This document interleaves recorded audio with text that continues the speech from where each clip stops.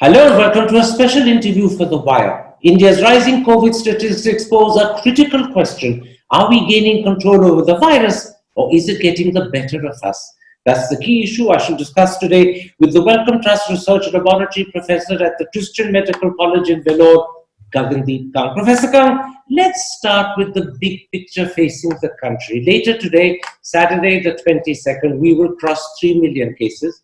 We're growing at almost 70,000 cases a day, and for the last 12 days, India has been the fastest growing in the world. Is that a cause of concern, or given our population of 1.38 billion, is this only to be expected? This is completely expected. The situation that we've been in over the past couple of months has shown us that this is what the trajectory will look like. We are having an increasing number of cases over the last several weeks, and given our population, we should be expecting this to continue for a while. I want to pick up on that last thought. We should expect this to continue for a while. Are you suggesting that, in fact, the trajectory is rising, that the number of cases will not just increase, but it could increase at an accelerating rate? I think the thing to remember is that we are not looking at one trajectory here. The numbers that we see are summary numbers from multiple situations in the country. Large cities are very different from smaller cities, are different from towns, are different from rural areas. You take all of them together to get the very large numbers that we are seeing. If you break these down by the types of locations that we are looking at, then you will see that each of these has its own epidemic curve. And the summary number, the cumulative number, is really a reflection of all of those trajectories together. We have a large population, a number of people have been affected, but we also have a significant proportion that are unaffected, and we'll have to see what happens when the virus reaches the places where the bulk of the population has not previously been exposed. Let me put to you a point made to me on Tuesday by Professor Giridhar Babu. He said that because the 7-day average of test positivity as well as the 7-day rolling average of fatalities is going down, he believes India has therefore entered what he called the phase of deceleration. But when we look at the 7-day rolling average of absolute cases, that's steadily rising. So do you believe we're decelerating in some senses and rising in others? Or do you have a view that, in fact, for a while to come, the situation will get progressively worse before we hit a peak? For all places, it's not possible to say that things will get better or worse if you take them together.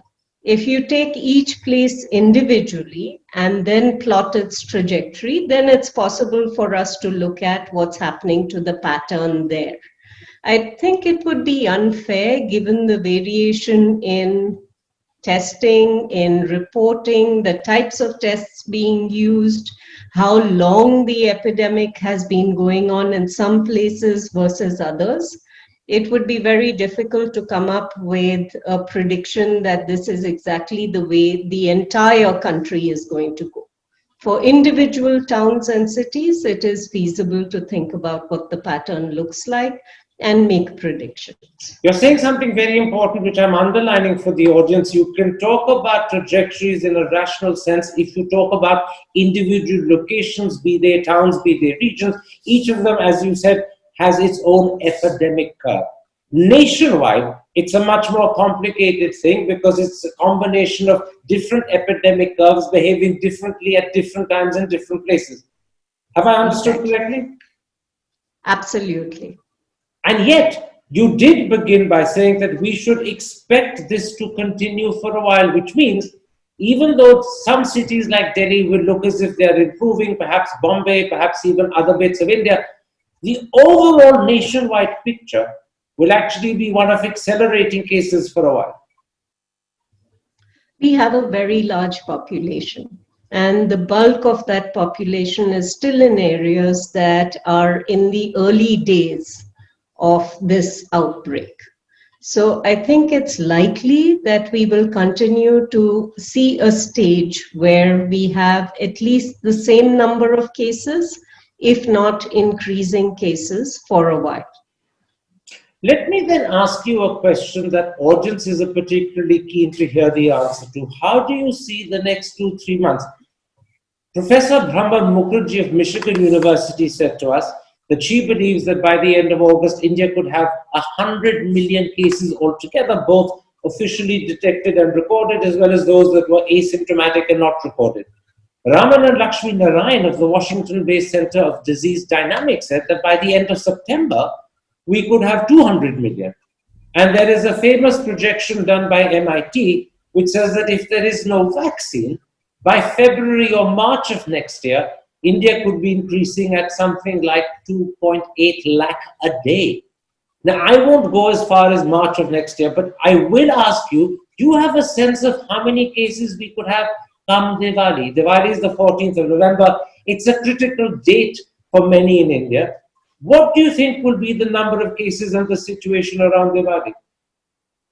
I haven't done the numbers, and I think it is feasible to do them. And the reason that I think that we are in a situation now where we can think about coming up with reasonable numbers is because we have the results of sero surveys. When Ramnan did his projections early on, he was doing it in a scenario that was based on data that had come from outbreaks and patterns that were seen in other parts of the world. So this was a projection where we did not have the mitigation strategies that have been put in place now. Now, if we redo the models and make predictions, what we should be doing is looking at parameterizing them with the interventions that we have in place currently. The early models looked at lockdowns as pretty much the only intervention that was in place. Now we know that social distancing is variably effective in different places, variably implemented. We know that masks make a difference. The type of masks makes a difference. The way people live, how much they are in contact with each other makes a huge difference.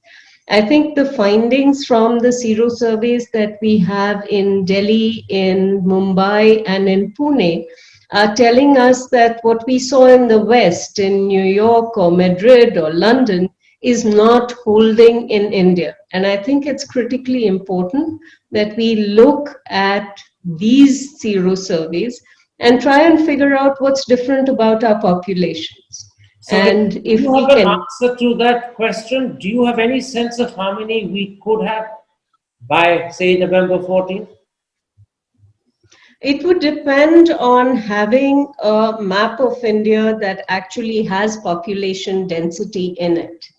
And unfortunately, some of the data that we have on population density is not particularly accurate. It can be done, but the best data that is available is in data sources that come from other parts of the world. So are you saying that we can't rationally, reasonably, accurately say how many we'll have by Diwali, or are you unwilling to say it? Which of the two? I think it's possible to say how many we can have by Diwali, but it requires some time and a very careful characterization of the model that we built. We have only just received the data from Mumbai and Pune and Delhi and Berhampur. Now that we have Indian data that takes into account not just the acute cases, but also asymptomatic infections, which are reflected in seropositivity, it is possible to rebuild the models and make predictions about the numbers of people who are likely to be infected by Diwali. How long will it take you to have that model in place and to be able to give us some sense? I think it would take us a couple of weeks to be sure that we had the right numbers, because it would require working with colleagues that have more expertise in model building than I do. And there have been such models built, but as I said previously, those models really relied on trajectories that were based largely on Western data. Let me put something to you, and this is very much a crude extrapolation. The ICMR did a nationwide survey which predicted, or rather showed, what the picture was at the end of April. And at that point, they said 0.73% of the population, which, as you know, is 10 million people, had been exposed. Since then, roughly 3.5 months have gone by, just a little bit more. India's doubling rate has probably averaged around 21, 22 days during that period. It's been going up, but it's not that high anyway. That suggests, as a crude extrapolation, that we must have something like 320, 330 million infections altogether. Does that sound like a crude extrapolation or a reasonably good one? I think it's still pretty crude at this time. And the reason for that is that you're basing it on the testing of cases. And the reasons that you test cases are not the same reasons why you would design and do a sero survey. Now, the other thing about the testing of cases is the distribution of the tests and the populations in whom those tests are done, and the rates of positivity among them. Now, if you say the doubling rate is 21 days, the doubling rate is 21 days based on the tests that were actually done, not the tests that were required to be done to get a burden estimate for the entire country. I am unable to think about a sensible way to use the testing data to come up with a complete burden estimate for the country. So you're giving It's us because a very good caution as a lesson of this part of the interview, which is that be careful about extrapolations and projections. They don't take into account two factors. Firstly, the mitigation that has been undertaken, be it social distancing, lockdown, or masks, and the impact that will have. And secondly, it doesn't take into account the point you made about testing just now. Therefore, we should take the projections that have been given to us with a certain amount of caution. I won't say pinch of salt, but a certain amount of caution. a lot of caution. A lot of caution. And that's another reason why you're reluctant to predict off the top of your head what you think the situation will be come Diwali. But in 2-3 weeks' time, when your model is ready and you've been able to fit in the pieces, you feel more confident. Again, am I right? That's correct. In which case, when people talk about when will India peak, what's your answer to that question? Because I assume from what you're saying, it's very hard to put a date or even to put a time frame. I agree with that entirely. Again, as I said, it's easy to predict for one particular place if you have reasonable surveillance when it is likely to peak. Easy is relative. But for the entire country, I don't think I can come up confidently with a date or even a projection that has several weeks around it. Which means also that for the foreseeable future, we will be dealing with mini pandemics in several different towns, regions, locations, and each has to be treated almost as if it's sui generis. You can't have a one-size-fits-all strategy that applies to the country as a whole. Each location has to be treated in its own way because its time frame, its trajectory, its likelihood of peaking will differ from another one. Exactly. And we don't even know what will happen after the first peak, even in places that have been pretty badly affected the first time around. Okay, let me then ask you one more question. A lot of concern is expressed about the level of testing. As of today, India is testing 24,959 per million. I gather that most countries which have over 100,000 infections are also testing at around 50,000 per million. That's just over double India's rate. Are we testing woefully little? Do we need to wrap it up? So I think what you're talking about is cumulative testing.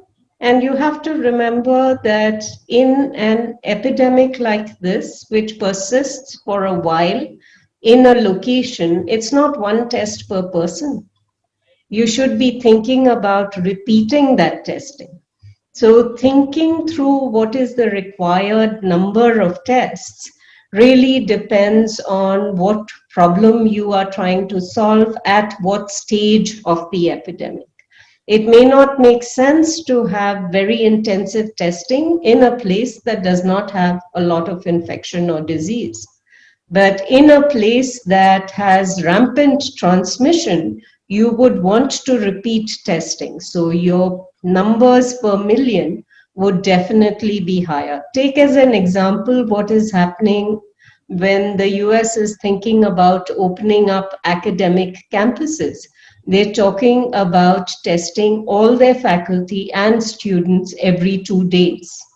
So if you want to be able to detect infections early, and the idea then is to be able to identify the infected individuals and isolate them so that there is restriction of transmission within that setting, you need to be thinking about repeated testing.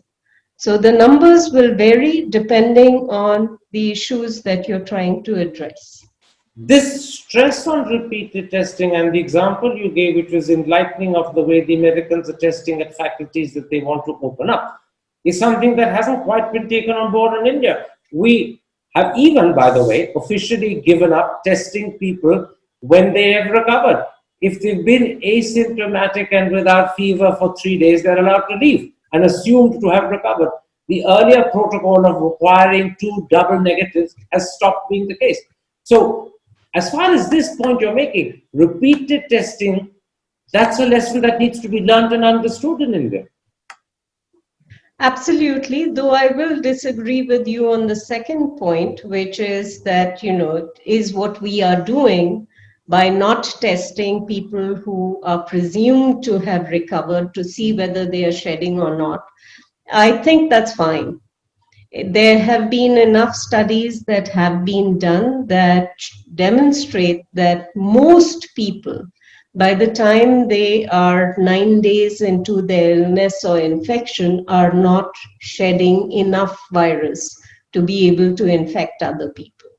So the double negative testing to allow for release from isolation, quarantine, or discharge from hospital, not being there is fine. It's a good use of resources. I would rather repeat test people in a situation where you're trying to catch infections early. Okay. I hope that, in fact, people who are involved in setting the protocols and the strategies for testing are listening to that point, because it's one that no one has previously made in the extensive interviews we've done. Let's now, Professor Kang, look specifically at Delhi, which, as far as the press is concerned, is beginning to emerge like a good news story. After touching nearly 4,000 cases on the 23rd of June, for the last 35 days, the increase in Delhi has been under 1,500 cases every single day. Usually it's been around 11 or 1,200 cases. I also noticed that the positivity rate has dropped from 12.2 on the 1st of July to 7.1 2 days ago. Does that give you the impression that Delhi has plateaued? I think Delhi likely has reached its peak for the first wave of the epidemic. And I think when you look at a city as large as Delhi, there are many things that are important to understand. We know now that about a third of the people that were looked at in Delhi in the last Sero survey have been infected.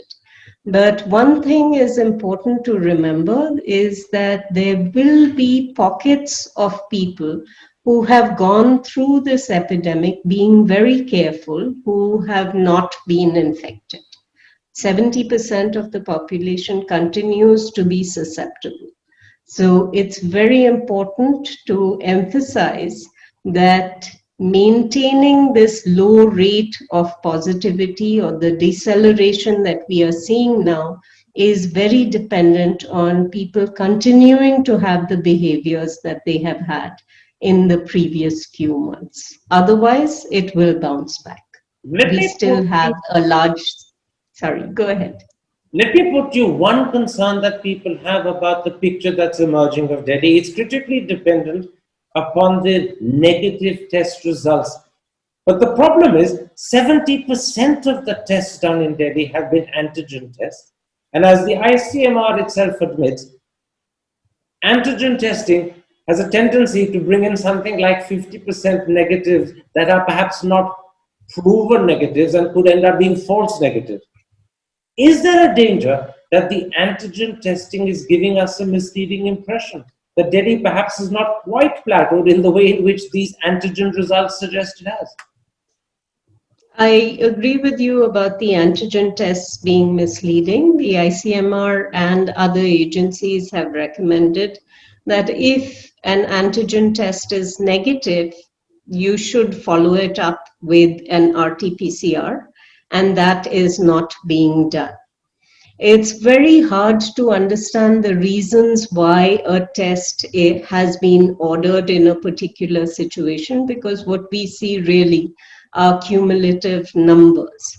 Now, when an antigen test is done, it has huge value because it gives you a result quickly. So the advantage is that if you test positive, then making sure that that person can isolate and you break that chain of transmission, that has value to public health. The problem really is if you don't follow it up with an RT-PCR test and it is a false negative, then you've allowed people to go into the community and they will continue to transmit. Now, if we continue with the same pattern that we are doing currently, what will happen is that when transmission happens, the people to whom the disease has been transmitted will then have symptoms and require testing. So I think antigen tests can lead to problems, but they have a certain level of utility. Understanding how much you're missing is important for us to be able to devise public health strategies.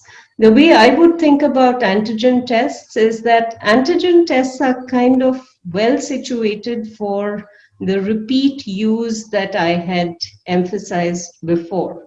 And the reason for that is if you compare antigen tests and RT-PCR, if you are highly positive, if you have an RT-PCR that shows that you have a high viral load, chances are that your antigen test will be positive. So it may be 70, 80% sensitive when a person is shedding a lot of virus and only 50% sensitive when they are shedding much less virus. So the way to look at it is if the test is negative, that's a person who's shedding less virus in any case. But here's where I would say keep testing, because if you start shedding less virus and then the viral shedding goes up, then you do a repeat test and are likely to pick it up. But you sounded a very important note of caution. You said that, in fact, the requirement is that if you test negative as a result of an antigen test, it should be followed up with an RT-PCR. In Delhi, it's only been followed up with an RT-PCR if you happen to be symptomatic. If you're not, then there is no follow-up. And therefore, people who test negative but are asymptomatic carriers are going back into the community and spreading it. And so I come back to the question I started with. Is the impression that Delhi is improving a little questionable? Maybe not misleading, but questionable, because it is so critically dependent on accepting that antigen negative results are genuine and not misleading. So is this image of Delhi a little questionable? I think the extent to which there has been a deceleration may be questioned based on the use of antigen tests, especially if antigen tests have ramped up rapidly to the approximately 2/3 of testing that is being used at the moment. But I think where we are with Delhi, you have to take a holistic picture. You have to be looking at what's happening at hospitals in Delhi. Because if you have severe disease and the hospitals are full, then you know that the results of the testing are inaccurate. That is not the case currently. So we are told that Delhi hospitals are not as stretched as they were a few months ago. And we are seeing that the test positivity rate is coming down, even though it is an increasing proportion of antigen tests. So while I would like to see better quality data to have more confidence in the interpretations that are being made, I think they are not completely accurate, but not completely misleading either. Let's come at this point, Professor Kant, to a statistic that gives the Indian government great confidence. It's one that whenever they hold their press briefings, and they don't hold them that frequently any longer, it's a statistic that the government repeats with great emphasis. I'm talking of India's mortality rate. As of this morning, it's 40 per million, which is vastly different to UK's 609, Italy's 586, Spain's 617. But the first critical question is how accurate and reliable is India's mortality rate? Do you have serious doubts about its accuracy, or do you accept it at face value? I think there are always questions when you're looking at mortality in a country where registration information is not always complete. We know that while we have a reasonable proportion of deaths that are registered, 86%, I believe, not all of them have a doctor assigning the cause of death. Now, that is a problem, and what you would like to see is accurate registration of deaths as well as of the cause of death. Now, we don't have that, it's not perfect. But if you look at what we are seeing in terms of our age structures and the patterns of disease that are coming into the hospitals, it does look different from what has been seen in the UK and in other countries. One possible explanation, of course, which has been widely considered and I think is accurate, is that we do have a much lower proportion of our population that is elderly. So therefore, one risk group is much smaller by proportion than in the UK and elsewhere. I think it's a combination of factors. I also know that from the UK itself, when they do age stratified mortality between the beginning of the outbreak and what they are seeing more recently, they've actually had lower mortality. It's because we are learning about this disease and we are learning how to manage severe disease. In India, perhaps one of the advantages is that it came to us late.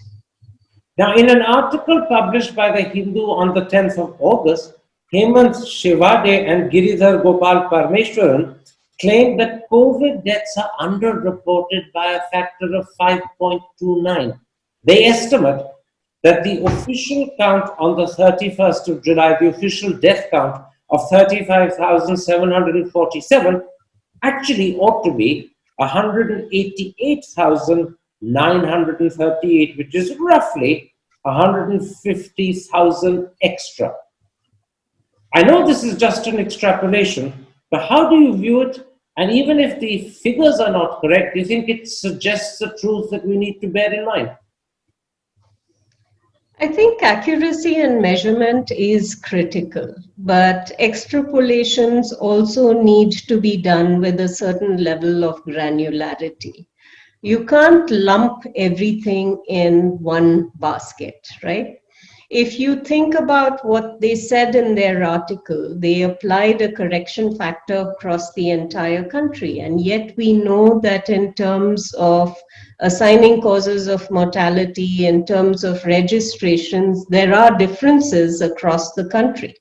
So there is, as you said earlier, no one size fits all. Are deaths likely to be underreported? That's certainly feasible, given that we don't have always an accurate cause of death.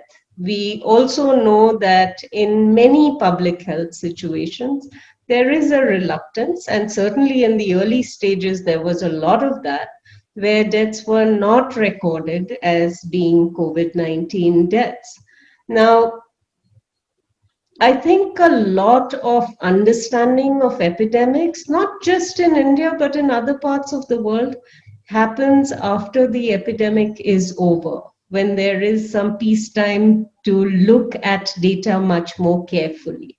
The things that we should be looking at and that we will look at is excess all-cause mortality.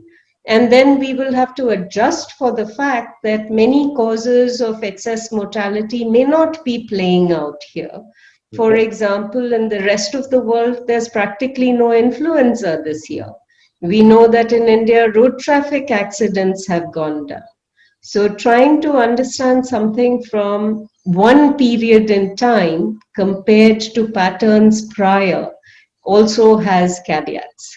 Let me then put one more concern to you about mortality. You correctly pointed out that whilst 86% of deaths in India are registered, only 22% actually have a certificate by a doctor. And in fact, in some states, it's even lower. In UP, it's just 5% doctor certified. In Bihar, it's just 2.4% doctor certified. Now, as the disease moves from urban centers like Delhi, Bombay, Bangalore, Chennai into tier 2 and tier 3 towns, and then further into rural India, is there a concern that COVID deaths in rural India, particularly because the doctors are not available to certify them, will not be recorded as COVID deaths? That they'll be passed off as deaths because of old age or because of some other illness. And so, as the disease progresses into smaller towns and into rural India, the incidence or the proportion of unreported deaths could increase. It's possible. I think there are issues with the way systems work in India. And data capture is one of the biggest problems that we have. If there are things that can be done even now to be able to record better causes of death in the coming few months in rural areas, that is something that the government definitely should emphasize, because better data will give us a better understanding of what is going on. But I'm not just worried about the COVID deaths, because I think there will be sufficient data that emerges from places that have better registration systems to allow us to understand what the patterns are in our country. What worries me really is the damage that an emphasis on COVID is doing to the rest of our healthcare system. All the people that don't get the acute and chronic care attention that they really need, because the system can't look at one disease alone or deaths due to one disease alone. So are we seeing an increase in maternal mortality?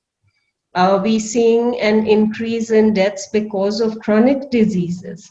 These are the things that need to be tracked as much as COVID-19 deaths need to be tracked. Because if we want to ultimately build a resilient healthcare system that captures good data, we can't focus just on one disease. You're absolutely right. The focus on COVID, almost the singular focus on COVID, means that people who are suffering from TB, diabetes, cardiovascular illnesses, maternal mortality may be ignored, and deaths as a result of those might have increased and increased sharply. At this moment, we just don't know. But one last question on COVID mortality.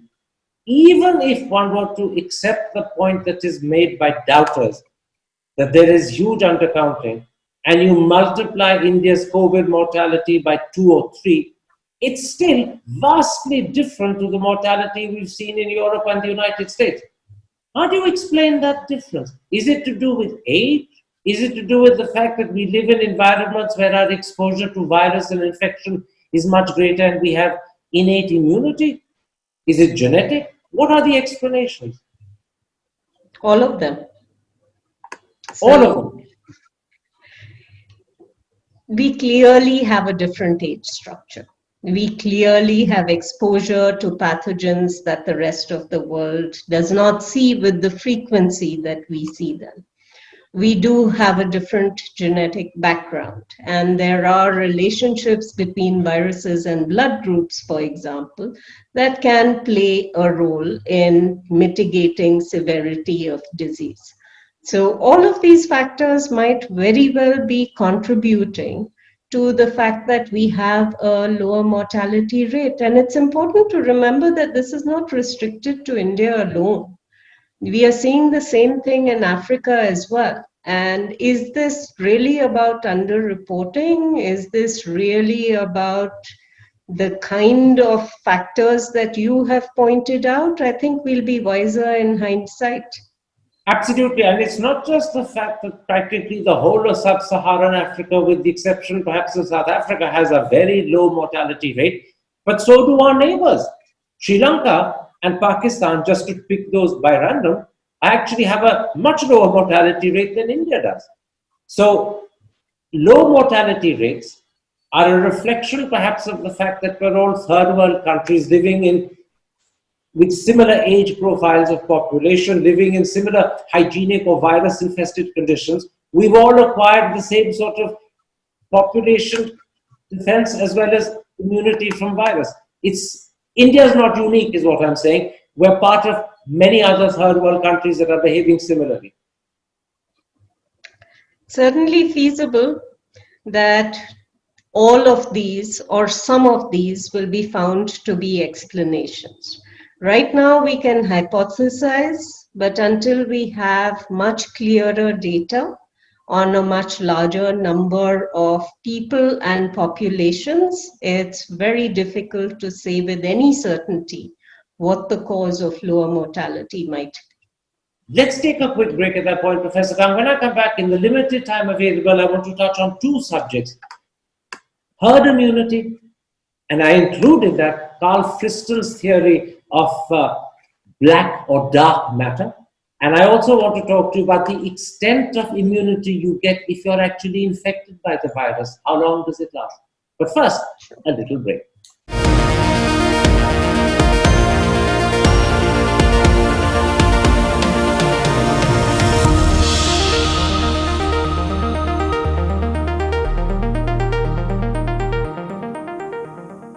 Welcome back for a special interview for The Wire. My guest is the Wellcome Trust Research Laboratory Professor at the Christian Medical College in Vellore, Gagandeep Kang. Professor Kang, let me now come to an issue on which epidemiologists differ. At what level of COVID-19 infection does herd immunity kick in? Some people put it as high as 70%, others between 40 and 50, but there are a few who said it could be as low as 20, 25. What's your belief? So much of the modeling that has been done looking at when herd immunity kicks in depends on how you define populations and their interactions with each other, as well as their ability to transmit infections. So the high numbers, the 60, 70%, are based on the R naught of the virus that was calculated early on. And the low numbers take into account the fact that people who are most likely to transmit infections are also the ones who will be exposed first in a population. And once they are infected, transmission rates will come down. So that's why herd immunity has been projected to be so variable by different groups. Depends on what tools and assumptions they have made. I think one of the things that is left out and is only now beginning to be considered about herd immunity is that how do you handle super spreaders? We understand very little about them. We don't know why the bulk of transmission is limited to a small proportion of infected people. It seems like they shed the same amount of virus as everybody else, but what the determinants of a super spreading event are, we have not really understood. Until we understand that, we are not going to have a good handle on how herd immunity will operate. So it's complicated. I know. And so I'll follow it up by putting this to you. Are you saying that, in fact, it's hard to say at what level herd immunity kicks in, and it's therefore foolish to try and say it'll do it at 20%, 30%, 40 or 50? Or are you simply reluctant to say it, which of the two? I can say the more the better. The higher the number, the better it is, because the likelihood is that if you're up towards 60, 70% of the population being exposed and therefore protected from infection and not likely to transmit, that is going to be a situation in which you would also see fewer super spreading events. Let me put this to you. There is the concept of immunological dark matter, which has been propounded by Dr. Carl Friston of University College London. And very basically, he argues that 50% of any population is not susceptible to any virus because of such things as cross immunity or geographical isolation. Does that suggest that if this view is credible, herd immunity thresholds could fall to 20-25%? I think the way the theory of immunological dark matter is proposed is really around the fact that we know very little about any virus and any infectious disease. There are very few viruses that make everybody who is infected sick. If you look at people with, especially when you think about mucosal infections, so coronaviruses, influenza viruses, a lot of us encounter them. Some people will be asymptomatic, some people will get really sick. You can't predict who does what. And we don't understand the reasons why this happens. We can assume genetics plays a role. We can assume prior exposure does something, prior exposure to other pathogens does something, but we don't know exactly what it is. It sounds as if you're suggesting that the theory of immunological dark matter is actually making a bit of a virtue out of a state of ignorance. I think that's exactly what it is. We don't understand infectious diseases. We try to understand them. I've worked in infectious diseases now for 30 years. And even pathogens that I've spent 20 years studying, I can't claim to know at the individual level which person is likely to be affected. I can see patterns at a population level. Let me risk for a moment playing devil's advocate with you, and let's take Delhi as an illustration. The recent Sero survey done in Delhi suggests that 29.1% of the population has been exposed to the virus. But instead of the virus thereafter galloping through the remaining 70%, the disease has actually plateaued. As I said in a question in part one, for over 35 days, under 1,500 people per day are getting infected compared to levels of 4,000 that had been reached in June. Does Delhi perhaps hint that a combination of herd immunity and immunological dark matter are coming into play, or is that taking it a bit too far? I think that's taking it a bit too far. Take it the other way around. You went from 23% of the population to 29% of the population. That's a lot more than 1,500 cases a day.